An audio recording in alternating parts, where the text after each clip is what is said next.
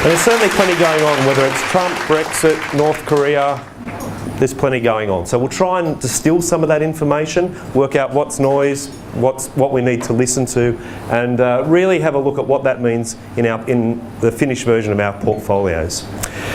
So as we go through, we will talk quite a bit about markets. Please don't take anything I say as personal advice. There's obviously people in the room who are much better qualified than I in that respect.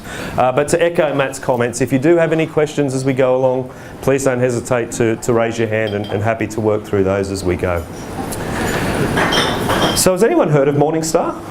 Yes. Yes, a few names. Okay, very, very good. So what we do, we have a number of parts to our business in Australia. We provide share research, so a view on CBA or BHP, what have you. Fund manager research, again analysing fund managers in our space. There's a data capability, providing data for people to analyse. But the part of the group that I represent is the investment management group. So we are investing money on behalf of clients. Very much a global business. We manage more than 270 billion Australian dollars globally through Chicago, London and Sydney as the Asia Pacific hub. And Australia is very, very active in this process that I'm going to share with you today. In fact, it was developed here and now is being rolled out right around the world. So one of the things that comes out of being a global investment manager is we have this set of 7 investment principles. And I just want to run through them briefly, because as we move through the presentation and we start to talk about some of the key areas that we invest, you'll really see the link back to some of these investment principles. The first one is that we put investors first. Kind of makes sense, doesn't it? And for anyone that knows the history of Morningstar, the entire business was founded from a desire to better inform and better serve investors. We're independent minded. So has anyone heard of Warren Buffett? Yes, probably the best known investor, certainly from a value perspective. You'll hear me refer to him a little bit. He's a great source of quotes. And one of the things that he says is that when you invest, you should be greedy when others are fearful, and fearful when they're greedy. And there's so much in that statement. Morningstar in the US has a whole division devoted to behavioural finance. And guess what it says? Humans aren't very good at making investment decisions. We let our emotions get in the way. In times of market stress, when everyone's panicking, we feel uncomfortable. We don't like that feeling, so we sell whatever it is that we've bought. We just want to get out so as we can sleep at night. Same thing happens in times of market euphoria. The markets are running. We feel like they're going to go up forever. We don't want to miss out, so we pile in. And we lose track of what price we're actually paying. And those behaviours are really, really destructive to achieving longer term returns. And I'll share with you how we think about that as we move through the process as well. We're very much long-term investors. When we make a decision to invest in an asset class, we do so with a 10-year view. That is good for you guys because you're longer-term investors too. And so you won't see the portfolios chopping and changing week to week. Very much the focus of our portfolios is to deliver strong, stable returns with an orderly process. Now, when we make our decisions to invest, every investment decision we make will have valuation as its anchor. This should be quite familiar to you guys. You certainly, when you go to buy your home, you don't want to pay too much for your home. You certainly wouldn't do that for a car. So when we make our investment decisions to buy shares or whatever it might be, we don't want to pay too much. The ideal scenario for us is that when we can get some of these investments on sale, that's really a great opportunity for us to buy them and hold them for the longer term. We want to make sure we're buying good quality investments. So if something's cheap, we want to make sure it's not cheap for a reason. And so we do a lot of work to understand how good is the asset that we want to buy. We've got a real focus on costs, and we know that costs have a real impact on the size of your nest egg. So the less we charge, the more you get to keep, and the greater that nest egg as you approach your retirement. And lastly, we build portfolios holistically. So we value something like 300 markets around the world every month. So that includes shares, Australian shares, international shares. We look at various countries, regions, what industrial sector they make up. We also look at bonds. So for those of you that haven't had much to do with bonds before, think of them a bit like a term deposit in that they will pay you an interest payment, but the value of that bond will change over time, and governments issue them as part of their activities. So we can go and buy an Australian government bond. Effectively, we're lending money to the Australian government. So we can look at those. They make up the defensive part of your portfolio along with cash. And the idea is that we want this nice diversified portfolio that will help deliver longer term returns, but the real focus for us as investment managers is on the risk. And risk for us is defined as what is the risk that we will permanently lose money in this asset class. And so that's really, really important, and I think it will align very well with how you guys think about your investments. So when this comes together as a portfolio, we want to deliver an inflation plus objective. So inflation is the destroyer of your savings. If inflation rises, your purchasing power will fall. So the goal for us as investment managers is to at least meet inflation, so as your cash is still as valuable as it was, but we want to do so by a margin that's commensurate with your risk tolerance and your risk capacity. And again, this focus on capital preservation. Rule number 1, don't lose my money. Rule 2, see rule number 1. Okay, that's really how we want to think about investing. When we're looking at asset classes and things that we might want to invest in, if it doesn't make sense to do so, then we don't do it. It sounds kind of obvious, but it's not always the way that investors operate in the market, and I'll touch on some of that in a moment. And then it aligns to a Morningstar risk profile. A balanced portfolio, for example, will be 50% invested in growth assets like shares and property and infrastructure, and 50% invested in cash and bonds. And then there'll be a plus and minus, if you like, that will adjust for the attractiveness of each in the current market conditions. Okay, so let's draw this idea of value out in a little bit more detail. Again, the first one, Warren Buffett, price is what you pay, value is what you get. It's really important. What it comes down to is when you buy something, are you getting a good deal or are you not? And the origins of value investing, almost, perhaps you can't see this at the back, the bottom quote here is from 1934. So this idea of value investing is not new, it's been around for a long time. And we're simply embracing this same valuation idea. If I was to put that on a chart, it would look something like this. Again, apologies for the Morningstar grey font, which doesn't always show up so well on these screens. The horizontal line here is our perception of fair value. It's our understanding of what the asset is really worth. And the way that we come up with this number is that we look at the cash flows that are going to come out of the investment. Shares will pay you a dividend. Bonds will pay you an interest rate. So we want to understand what those cash flows are. How sustainable are they? Are they a good quality? And then simply we can put a value around that. And then simply this nice wave here is representative of how markets move over time.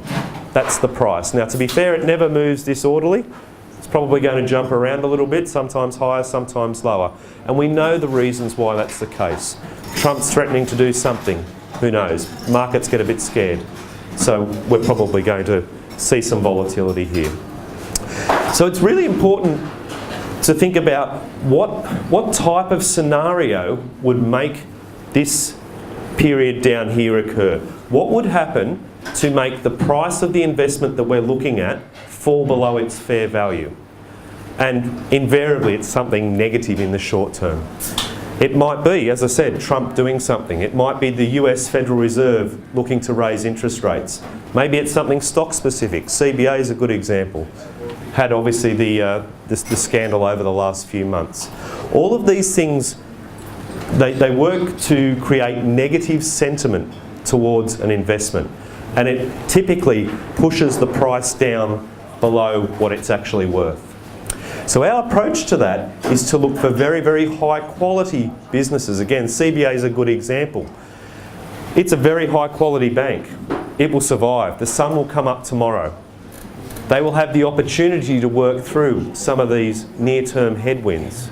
And so in that respect, if we hold that view, then really what this is here is the opportunity to temporarily buy this on sale. And that's really attractive for us.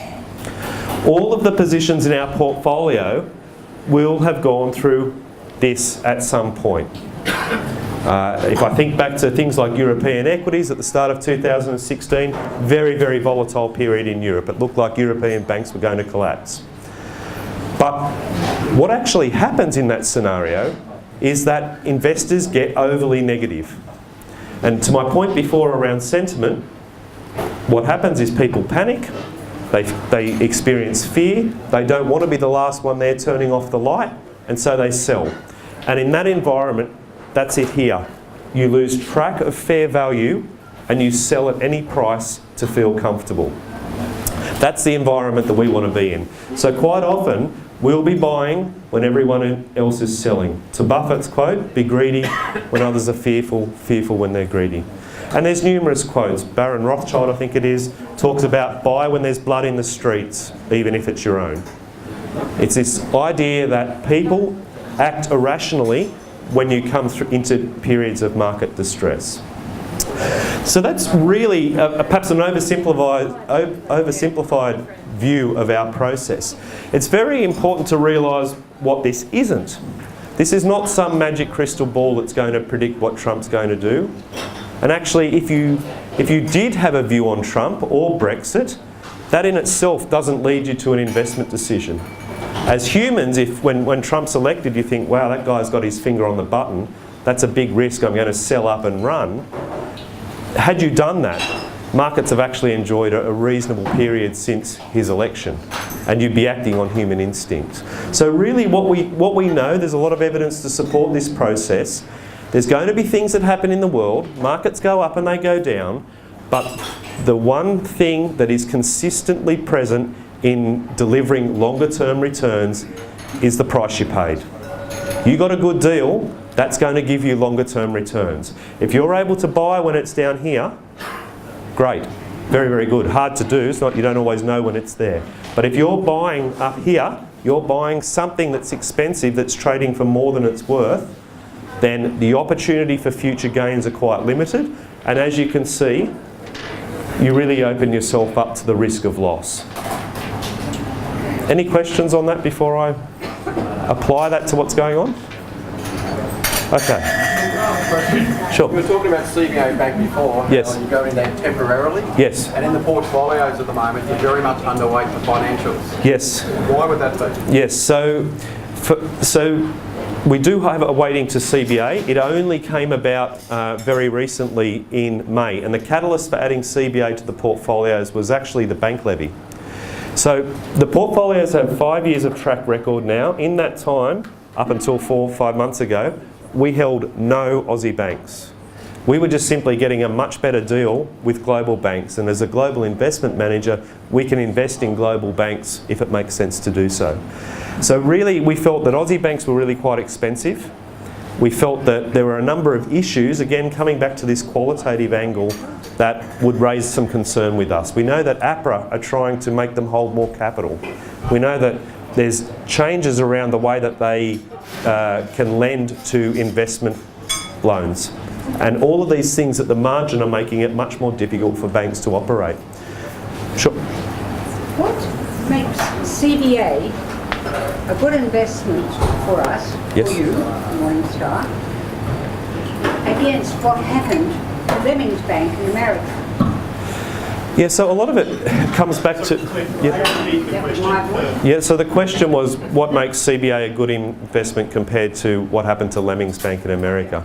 And so really it comes back to this analysis here. So we work very closely with the share research guys that their job is to study CBA and others. And effectively they will form this fair value here. We can have a look at the quality of that business, and we think that CBA is a very, very high quality business. Now, I won't sort of talk too much to Lemmings because it's a little bit, I don't know the case so well, but we can measure the cash flows that we think CBA will produce, and we think it will continue It's a very, very dominant bank in Australia, obviously, very high quality. Morningstar has this, when we look at companies, we talk about this idea of moats. So, as a company, what sort of moat do you have around your business that's going to give you sustainable earnings going forward? And for CBA, it has a huge moat. And so that's really, we like the quality of those earnings that it's going to continue to produce. Thank you. So, no problem. Do you think that the bank will actually go back to where it was? Share price wise? Yeah. That's a really good question, because the banks at the period where CBA was up around $95, we actually felt that it was a little bit too expensive, particularly when we could look at global peers. So that was back in April 2015 when it touched that level. We felt that it was just too expensive. We could invest in Japanese banks, which had an extraordinary period in this time last year. They were up 30% in Q4 2016. And what's interesting when we're talking about global banks, European banks, when Brexit happened, fell enormously. And so we can invest in those, and they've had a very, very strong period since. In fact, that European bank index is up almost over 40% in that 18-month period. The challenge is that, yes, there's these headlines out there. Europe has some level of challenges, and it still does. You might have seen Merkel overnight struggling to form government. The challenge is in understanding what's in the price. And again, typically and repeatedly what happens is investors get overly negative and they sell too far. And that's the great environment. That's a great environment for us. Because what you see is over time, that bad sentiment will fade away. Investors realise the sun's still coming up, and then they get more happy to invest again. But typically when that happens, it's up here. Whereas investing down below this line is going to be what drives your returns. So at risk of oversimplifying it, the price you pay is what's going to be the driver of your longer term returns. Back to your, the original question on CBA, the reason that we invested at that point, really since the election of Trump, is that global banks generally all had a fairly strong period, and CBA and other Australian banks were part of that strong performance too. But the surprise introduction of the bank levy really focused investors back onto some of the risks that we felt were very present in the Australian market. And that's, you know, obviously CBA and Westpac in particular, very leveraged to the Australian residential property market, and APRA in particular was trying to really clamp down on the way that they lend into that space. So at that time, CBA really, and others in the Australian market, really detached from what was going on with global banks. They became much better value. And so coming back to this idea here, that was the signal for us to invest. And interestingly, with all the talk about scandals and so forth, the share price is actually about the same level as it was at that time. The obvious question is, if you buy here, so the signal for us to buy here comes down to what we refer to as a margin of safety. So a margin of safety is basically saying, do you have a layer of fat in your numbers in case your timing's slightly wrong, because it's a very uncertain world, or some of your assumptions might be a little bit out? Do you have a bit of wiggle room here in case those things happen? Is it still a good deal? And so the signal for us to buy is that when we have sufficient wiggle room there. But that doesn't necessarily coincide with some magic reversal of sentiment. People just don't turn around because Morningstar's buying it and suddenly feel very good about it. So quite often, if we start to buy here, it might go a little bit lower. Sentiment might continue to be quite negative. So what happens then? What happens then is, with greater expected returns to our fair value, greater margin of safety, we're more likely to buy more. So for the example that Michael gave with CBA, we bought some, it went a bit lower, we bought some more. If it went a bit lower, we'd probably buy some more. And then ideally, as you start to come out of this period here, we'd start to sell some, lock in our profits and move to where we can see other valuation opportunities. So hopefully that feels quite orderly. It certainly will over time when we start to add different positions to our portfolios. And as long-term investors, this might take 6 weeks to get to fair value, it might take 6 months, it might take 6 years. We've been very positive on Japanese equities now for 6 years, and it's still going strong. And there's other themes in our portfolios 3-4 years and still going strong. Okay, so let's have a quick look at what's going on. This slide we put together this time last year within the first few days of Trump's election. And I'll just call out a few of these things that were what we thought the market was actually looking for with Trump. And what you'll see is it's a bit of a mixed bag. That's consistent with what I was saying before. It's very, very hard to predict global macroeconomic events. But the challenge, as always, is understanding what's in the price. And in that respect, with US equities, we felt that the market was already pricing in quite a bit of growth. We were quite concerned about US equities, and as you'll see, we're even more so concerned now. We approached this event with caution, not because it's Trump or Hillary, but because the valuations were really expensive. And so what we think is that here we're going along, valuations in markets are very expensive, trading above fair value in many cases, and you have all of these things going on, Brexit, Trump, maybe invading Korea, etc., etc. We really feel that the market is priced for perfection, but the list tells you that this is not a perfect world, and I'll share some of that stuff as we move forward. Having a quick look at this, US growth, yes, it did improve. Hard to know how much of that is actually Trump versus the seeds being sown well before he was elected, but it has improved. The US economy is going along okay. There was talk of a trade war. That hasn't happened at all. And so that saw emerging markets, emerging markets are countries like China, Russia, Brazil, India, Taiwan, Korea, really come under a lot of pressure because there was fears that he was going to build this wall with Mexico, also an emerging country. He was going to take on the Chinese with protectionist policies. Hasn't happened at all. Tax reform hasn't really happened. There's rumours that in recent weeks that it may. The concern for us is that markets move very, very quickly to price in all this stuff that Trump is going to do. And as you've seen over the last year, he's really struggling to get this through. We really need to see some evidence now that there's going to be some material changes in some of these policies. Volatility in equities was another one. Trump's in. We think, wow, his finger's on the button, it's going to be a scary time. Well, for share markets, there hasn't been much volatility at all. Markets just feel like there's not these big moves in markets that would otherwise scare people. So a little bit counter to what you might expect. Question. Sure. What's the likely impact, do you think, of if they pull out of the Triple P, the trade negotiations, if Trump pulls out there?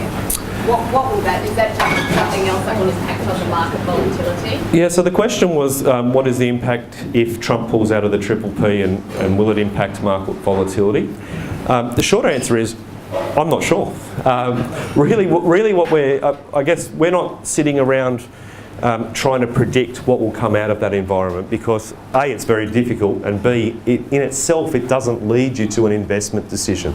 But that falls into one of the categories before, and I'm not sure if you can read this slide up here. At the start of 2017, and we'll do it again in a few months' time, we kind of wrote what we think are a lot of the issues that will bother investors over the course of the year. And you can see up there is Brexit, there is Trump, perhaps the PPP when we do the next iteration of this slide. Things like concerns on Italian banks. Do they go under? Will that bring volatility? Various elections. Obviously Merkel's struggling overnight, but we've also had UK, French, Japanese, Chinese 5-year meeting. And the point is that there is a lot of stuff here, and it's very, very difficult to predict what's going to happen here. But the way that we're approaching it, as I said before, is coming from valuations. What are they telling you? And what they are telling you is that in many share and bond markets, it's really expensive. And so any one of these, and indeed something we're not even talking about yet, has the potential to really rock the boat, bring back volatility, bring back losses into portfolios. And so this is the reason that we're really cautious. Nonetheless, you can see there's a bit of green on that chart. So the market moved very quickly to say Trump's got in. suddenly feels good. We think he's going to be able to build infrastructure. He's going to do tax reform. He's going to do healthcare reform. He's going to do all this reform. And markets move very, very quickly to price that in. But as I made the comment before, we're now starting to get to the pointy end. Where's the evidence that all this stuff is now paying off? We are seeing growth in corporate profits, but how sustainable is that? The US Federal Reserve in particular, having gone through this enormous program since the global financial crisis to support markets, is now reversing that. They're telling us that they want to unwind the policies that they've put in place. And yet we have markets at all-time highs. US equities, again, hit another high overnight.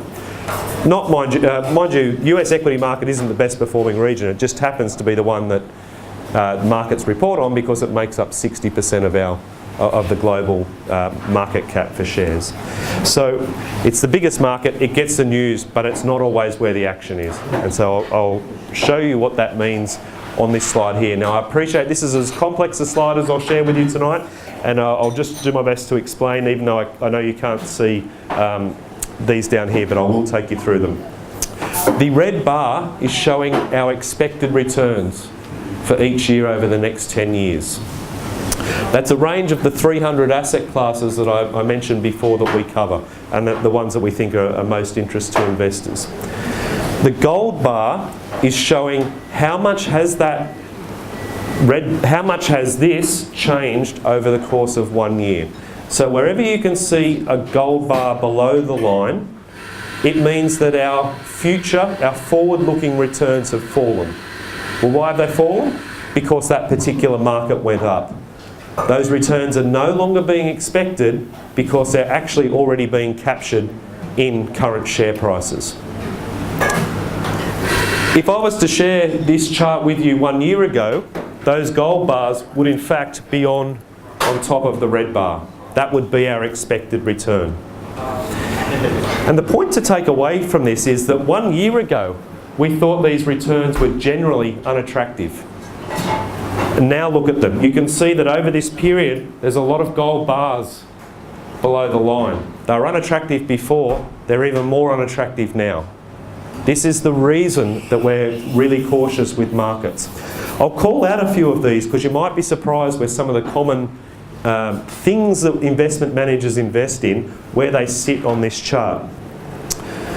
This one over here, that one there, that's US equities, the biggest share market in the world.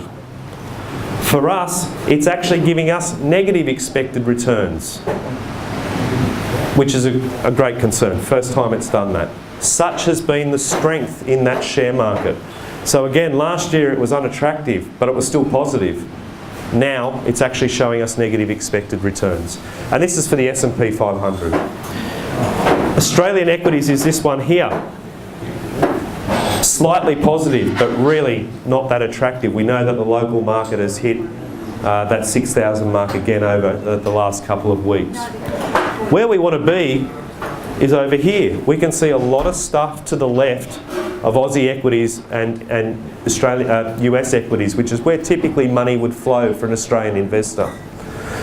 I'll talk through some of these. Before I do, this one over here, this is global bonds.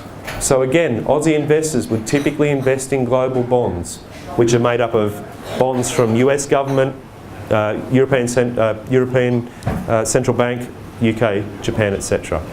It's actually even more negative than US equities.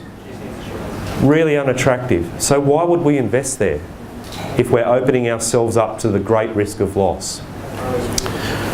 So coming over here to some of the ones that we do like. This one here is Taiwanese equities. The next one in is European telecoms, so things like Swisscom, BT, Vodafone, so.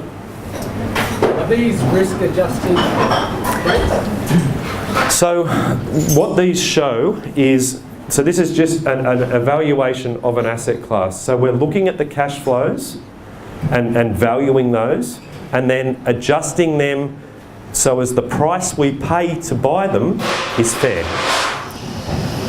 So it's the risk adjustment process more comes in the actual portfolio construction. So this one is simply saying what asset classes do we like at a high level, and then we'll start to bring it down into a portfolio. So Taiwanese equities here, Korean equities here. It's actually had a pretty strong period. That kind of doesn't make a lot of sense coming back to the behavioural thing. We've known about Trump for a long time. We've known about North Korea for a long time. South Korea is obviously next door. That would lead us to be very, very cautious. And this is kind of my point. Korea had very, very strong valuation support. And we know the quality of companies in that index. Hyundai, Samsung, we can see their earnings. They're really quite Western. And sentiment was very negative towards them because of the whole North Korea thing. So this has been a great place for us to invest. Valuations will win out in the end. And that's really the way that we're approaching our investment decisions. A couple of others just very quickly. UK equities here, Japanese equities here, and Australian listed property, the things like Westfield and so forth. So obviously the goal of portfolio construction, when you pull your portfolio together, is to be over here and not over here. So let's have a look at this in a little bit more detail. This is a chart that we put together that really draws in our valuation analysis, our analysis of quality, and the analysis of sentiment. So we know that the herd is going to make the wrong decision, and typically they do. So we can model what they're up to. And this is really the collation of that. On the right-hand side are things we have high conviction towards. You can see there's nothing there. Such is the challenging environment that we face at the moment. There really is not a lot of value out there. There's a lot over here. As I mentioned before, Australian equities and US equities, common homes for money for Australian investors. So to jump forward, taking this information, how do we then break this down into a portfolio that you guys can invest in? And this is what that portfolio looks like for a growth portfolio. So the growth portfolio has a long-term target of 70% allocation to shares and listed property and infrastructure, and a 30% target to cash and defensive assets like bonds. And really, when we start to pull this portfolio together, the starting point for us is cash. So if we're not getting a superior reward to cash, or if the investment is not going to help us better protect capital than cash, we hold cash. And if you think back to that nice little sign chart that I had up there before, we'll just wait. If we're right, over time we will get the opportunity to buy these things at much better prices. So at the moment, the portfolio is holding quite high levels of cash. I made the point before that we can see some opportunities out there. The stuff on the left-hand side of the preceding two charts, this is really capturing that investment. So the green slice there is emerging market equities. Again, predominantly Taiwan and Korea for the reasons that you saw. Great valuations, really attractive pricing, and we can invest in that. Japanese equities down the bottom here. Japanese equities is really interesting. We've held that position for 6 years, as I mentioned. We can see strong valuations there. But what's interesting is that Japanese corporates are really becoming quite Western in terms of the way that they manage money, manage their companies. So obviously, historically, there was a great focus on the worker. Sorry? Oh, sure. Question? Question? Yes? If we're looking at all these markets, Yes. developing markets, are we looking at the Chinese market? Because I see China as advancing way past the US. In terms of their technological development? Technological development and acquisition. Yes, so the Chinese equities would fall part of the... So I'll just see if I've got it on my chart here. Did I put it on? That's Chinese equities there, the middle one. So it's kind of sitting in the middle from a valuation angle. It has run a little way. It's not that open and that Western, as obviously Western markets are. The concern that we have with Chinese equities, and I do take your point that the technological advancement is huge. It's not that it doesn't have the same level of transparency as Western markets do. And the particular concern for us when we do our analysis of the economy is what's referred to as the shadow lending sector. So it's lending that falls outside of the banks, and it's typically done at high rates, and it's really quite risky, and we have some concerns around that. If I compare that with, so we've got China in the middle here, and I raised some of the concerns that we have around the quality of earnings in that environment and how somewhat challenging it is to invest in that space. If I compare that with Taiwan and Korea, which are pretty close to being next door, we can see much better valuations. We have greater confidence in the quality of the companies that are there. They're a little bit more Western, if you like, and again, some of those names we know very, very well. And in the case of Taiwan and Korea, they have a huge IT sector, which we really like. We can see really quite high quality earnings in that space. So just confirming that when you say Korea, you don't mean North Korea, you mean... Correct, South, definitely. We don't quite have the transparency on the quality of earnings in North Korea, funnily enough. I'm just worried Michael had to ask. Yeah, I think he's on the phone to his broker.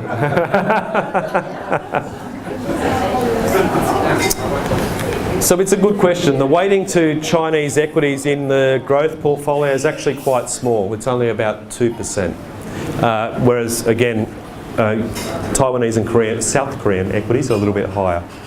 When you talk about internet, you mentioned your cash there, but there's new types of cash showing up, like Bitcoin. Yes. And I mean, people used to laugh at PayPal when that started. Yes. What's your forecast there? Are you going to invest in that? Yeah, so the question was around Bitcoin. And it's a great question. So for those who are not familiar with Bitcoin, it's what they refer to as a cryptocurrency, a bit of a satellite currency, if you like, to the normal dollars that we would share, and it's completely independent of governments, which is why it has that real attraction.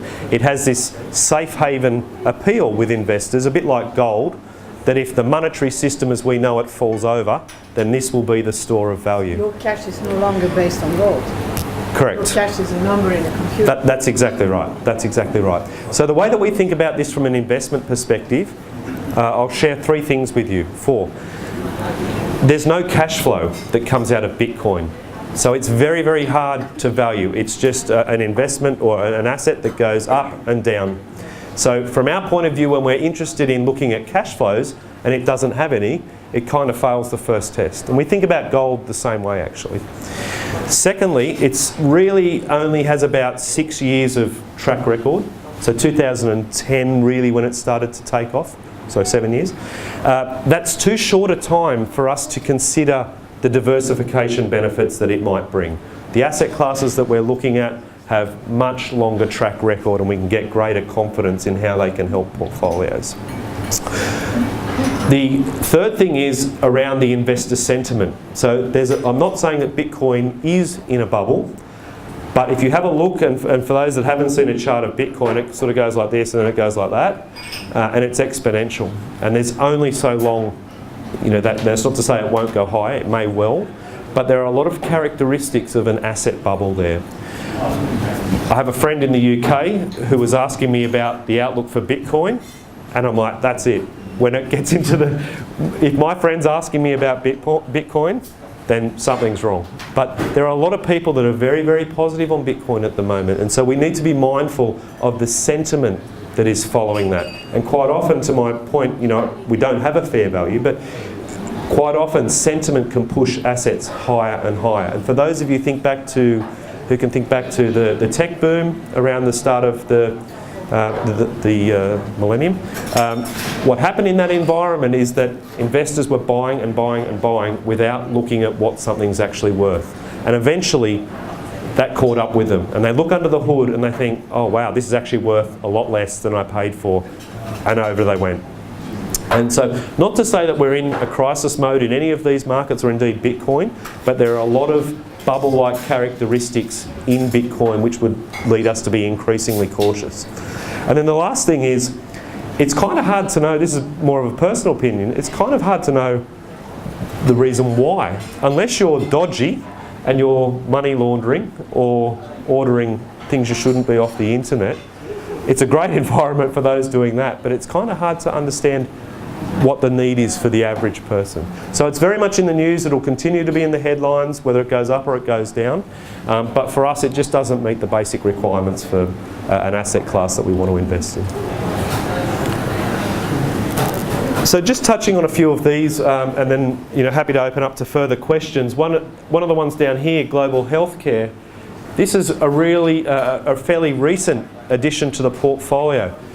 And how'd that come about? Well, Trump got in, threatened to take aim at all the drug pricing companies like Pfizer and the like, also threatened to repeal Obamacare, and that created enormous negative sentiment towards this sector.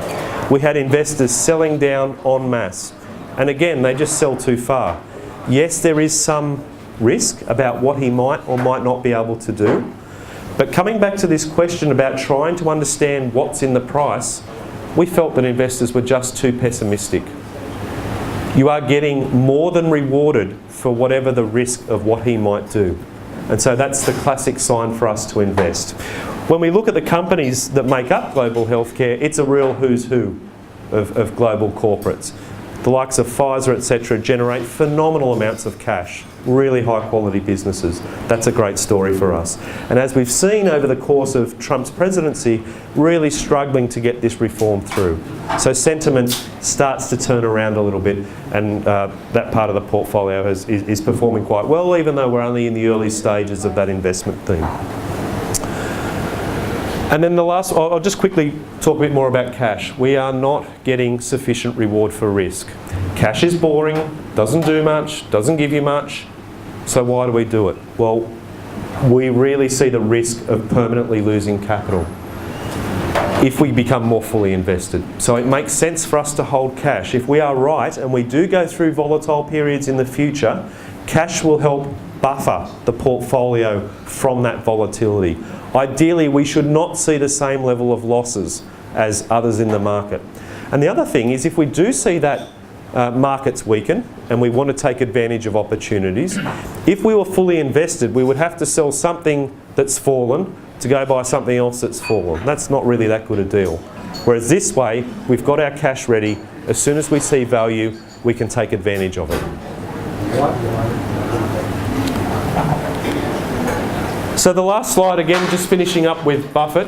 I will finish with Buffett. To my point on cash, Buffett has a great quote, and it's really how we think about markets at the moment. Holding cash is uncomfortable, but it's not as uncomfortable as doing something stupid.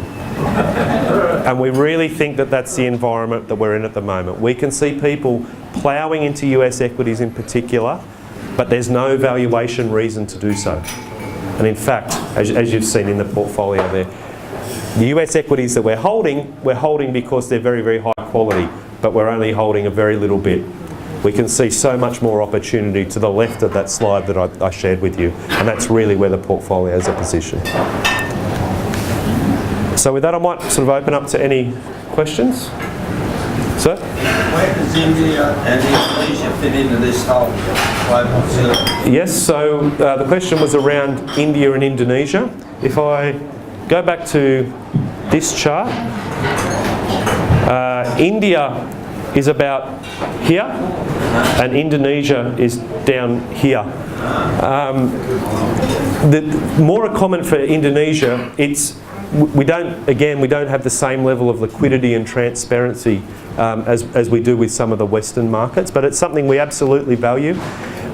India, phenomenal growth profile. Perhaps not to the same extent as the Chinese that had a very centrally planned economy, so it was a lot easier to get stuff done. But again, on the valuation analysis, when we're looking at the emerging markets, we can see just so much better opportunity in some of the other names. And just while we wait for any further questions, I might just quickly touch on the Australian equities component of this portfolio. So it's relatively small. It's only sort of 13.5% for a growth portfolio. But what's in it is really quite different to what you might expect. So if you think about the ASX 200, 27% of that market is in the big four. 4 companies make up 27%. We only hold one of them, which is CBA, and we only added that very recently. If you think about some of the other names that are there, BHP, Rio, etc., we don't hold them. We're not getting enough reward to hold those companies at the moment. And again, we can look offshore if we can see, we can invest in material companies right around the world, wherever it makes sense to do so. So what you're seeing in this space is really quite different to what you would get on the Aussie market. If you look at the names, and I'll share a couple with you now, QBE, Coca-Cola, Medibank, I mentioned CBA, Brambles, which is the pallet company. I mentioned QBE, there's one more that will come to me, Crown at the moment. Almost all of those have been on the front page of the business section at some point in 2017. And it's really coming back to this, that chart that I showed you. That negative sentiment has created a near-term buying opportunity, whatever it might be, whether it's a scandal, whether it's an earnings downgrade, whether it's whatever. All of those companies, very, very high quality, and for us, we get the chance to buy them on sale. They might be on the headlines for a little bit longer, but our view is that over time, they'll start to rise up. What's your view on Brazil's 7% bond? The Brazil 7% bond? I won't give you a comment to that specifically because I don't have that in front of me, but one of the things that we do value is emerging market bonds. So emerging markets, as I mentioned before, really anything that's not developed, the developed countries that you would know in US and North America and Europe and so forth. So we value equity markets in South America, we value bond markets, so we can look at the bonds that are issued by South American governments, and for what it's worth, we actually view them quite favourably. They have not seen the same run-up as what bonds issued by US governments, European governments, etc. And we can invest in them in the portfolio. In this portfolio, there's probably about a 2% allocation to emerging market bonds. And it's particularly the case where they're issued in the currency of the emerging market nation.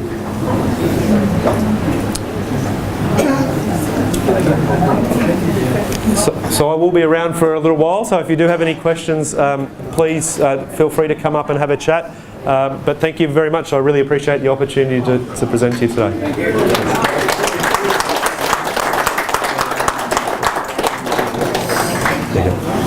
I mean, you do have one small task left in front of you, which is to award the best question for you for today. Oh, okay. Man in front. Your question on Bitcoin, very relevant. Thank you. Question on Bitcoin. Oh, my favourite. Thank you. Welcome. Thank you. I might have to invest in Bitcoin. Actually, there was a great comment about Bitcoin I read during the week where one of the head of trading desks in one of the Wall Street firms, I think, made the comment that if any of his staff even bring Bitcoin up, he will sack them on the spot. Yeah, I think that's good policy. Yeah. That may be your best return from Bitcoin. And then if you think about reading up on Bitcoin, if you can understand what it is in anything less than 2 minutes, 5 minutes, 10 minutes, actually I'll even give you half an hour to an hour, you're going to be doing better than me. Look, one of the things I have to say personally about Morningstar is they're not a research house that actually takes payment for ratings.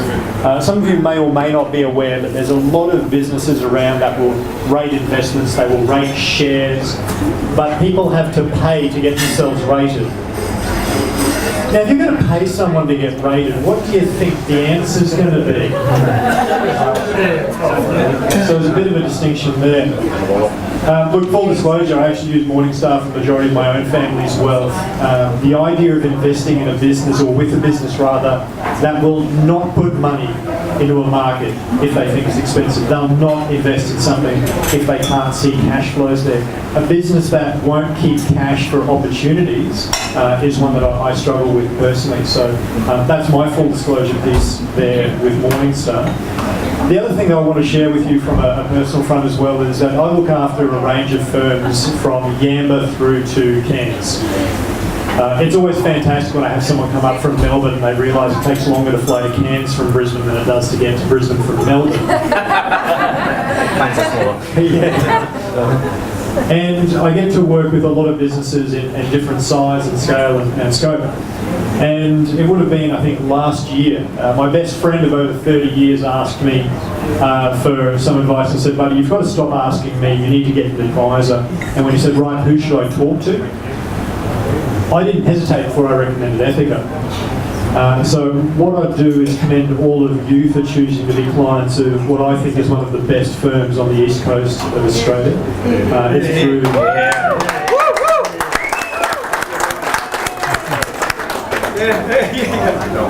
It's somewhere that I would refer my family to. And without any further ado, ladies and gentlemen, the man of the evening, Michael Goodwin.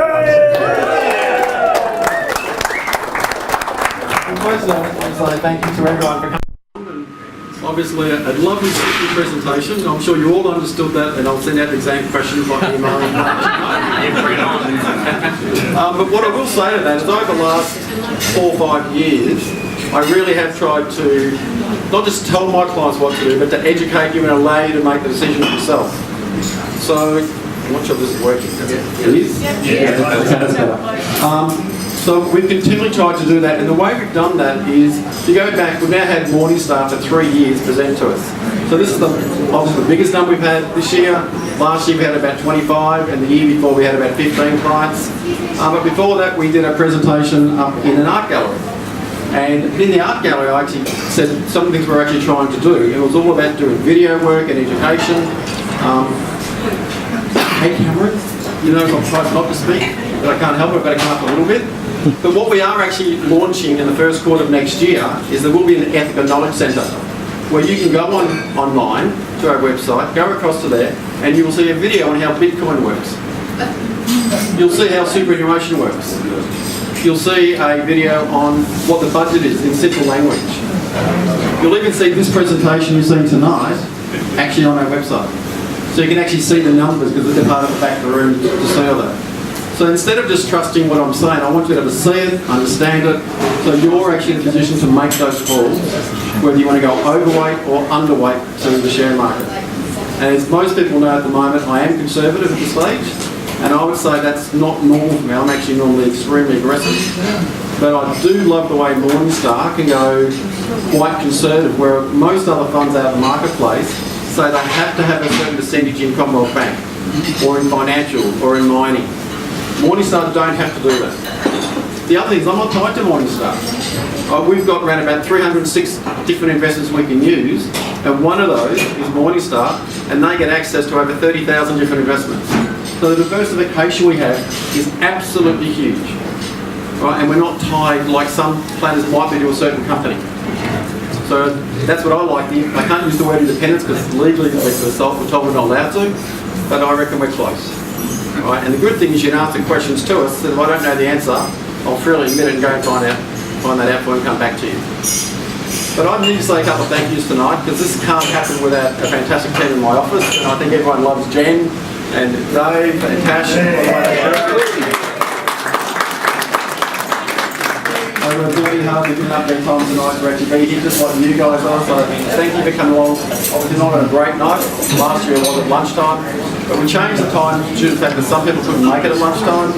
What we'll do next year, who knows? We could be on the beach, having a cold beer on the beach next year, but we're trying to do something every year from that sense. Is that alright? You're back good? Fantastic. Also to our presenter, that's Clint. Alright, and Matt, thank you very much for coming along and support us. We really do appreciate from that side. 2 years in a row I actually made a lot of notes, and I haven't used them all. I'm not sure if that's good or bad. But one of the things we have done over the last 5 years is where we're going. I've always tried to improve our business. So where a lot of companies will use SurveyMonkey, we have chosen specifically not to use that. Not to say SurveyMonkey is bad, but basically I can see who's actually replied, and I don't think I get 100% honest answers. So I've gone to the extra expense of hiring outside consultancy firms to actually send emails to you, and they select who it's going to. They don't use every client, and that gives you a real picture of where we are. First time we did that was around 6 years ago, and I've got to say, I was a little bit surprised. Not all my clients love me. Right? But what I found out through that survey are things that we had to work on. So then we worked really, really hard to improve that. We then did another survey around 2 years ago, and fortunately we have improved dramatically. We've just recently finished a survey on ourselves, and we got ourselves benchmarked against the rest of the marketplace across Australia. Silly me had that report delivered to me today. So, Slow your speech down, we might hear you. Alright. So basically my team and I sat in today and we had a report done by a company called Peloton, and I'm actually pleased to say that of all the firms out in Australia that have actually gone through, we've actually finished in the top 20% nationally. On service, quality, the way the office is set up, security, everything, and the way we look after our clients. But if anyone knows me, I always try and improve that. You have a question? So the question, Michael, is are they telling the truth?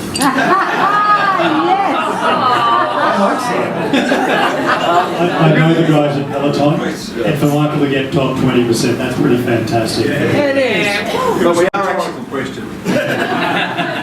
But basically, I now want to be in the top 20% of the 20%. So, as I said, the first quarter of next year is where the Ethica Knowledge Centre comes in.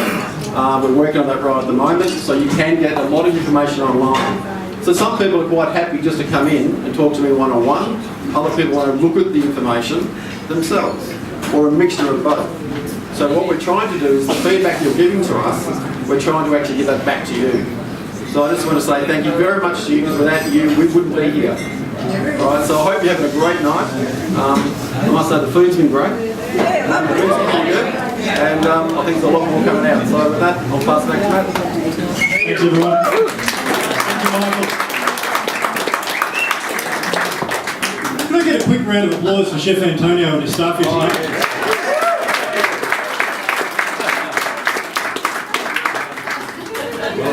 There's no sense in long goodbyes. I just want to say thank you to everyone for taking the time in your lives to come here tonight.